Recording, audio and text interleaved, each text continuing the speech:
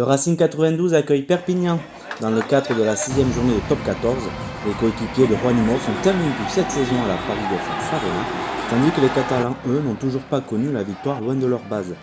Et ce sont les Racingmen qui vont être les premiers en action avec cette pénalité vite jouée par Teddy Ribaren. Le ballon arrive jusqu'à Ibrahim Diallo.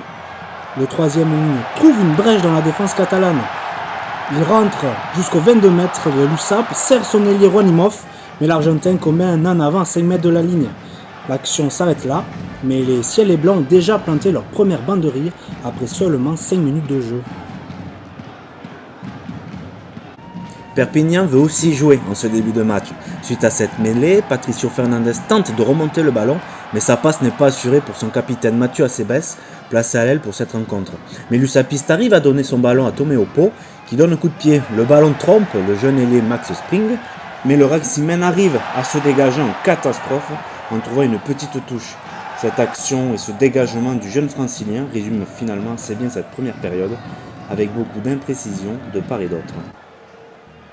À la pause, les Racingmen et Perpignanais rentrent au vestiaire avec un score nul et vierge de 0-0, assez rare pour être signalé. Les Racingmen vont appuyer sur l'accélérateur en ce début de seconde période.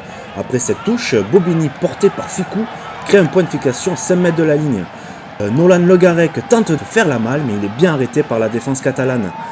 Le ballon sort pour Diallo, qui inscrit en force le premier essai de la partie. À force de pousser, les Racingmen ont enfin trouvé la faille face à Perpignan. Les Racingmen continuent de jouer dans le camp de Perpignan dans cette seconde mi-temps. Après cette touche, les Ciels et Blancs tentent une combinaison. Le ballon est gardé difficilement par les joueurs du Racing. Le Garec lance Tanga, qui crée un point de fixation dans les 22 mètres catalans. Le jeune Denis Demelé ouvre pour Ficou, qui crée lui aussi un point de fixation. Le ballon est vite sorti pour l'aile. Cafouillage entre Racingmen et Perpignanais, et ça profite au jeune ouvreur Gibert qui va inscrire le deuxième essai du Racing 92 de cette rencontre. On revoit au ralenti le cafouillage où Dubois n'est pas loin d'attraper le ballon, mais finalement c'est Gibert le plus heureux sur cette action.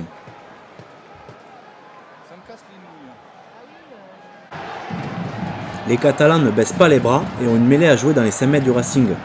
Le ballon est écarté pour Tisley qui est arrêté à 3 mètres de la ligne. Le ballon est vite libéré pour Odor qui inscrit le premier essai catalan. L'USAP revient dans ce match et n'est plus mené que 17-7 alors qu'il reste 10 minutes à jouer. Perpignan finit mieux cette rencontre. Touche défensive pour la Racing. La déviation de Luke Jones n'est pas assurée et le ballon arrive dans les bras de Lucas Vellart qui inscrit le deuxième essai catalan de la rencontre. L'USAP revient à 3 points des Racingmen alors qu'il reste 2 minutes à jouer. Finalement, le score en restera là. Le Racing 92 s'impose 17-14 face à Perpignan et continue de rester maître à domicile. Le staff catalan peut lui être satisfait de son équipe en ramenant le point de bonus défensif.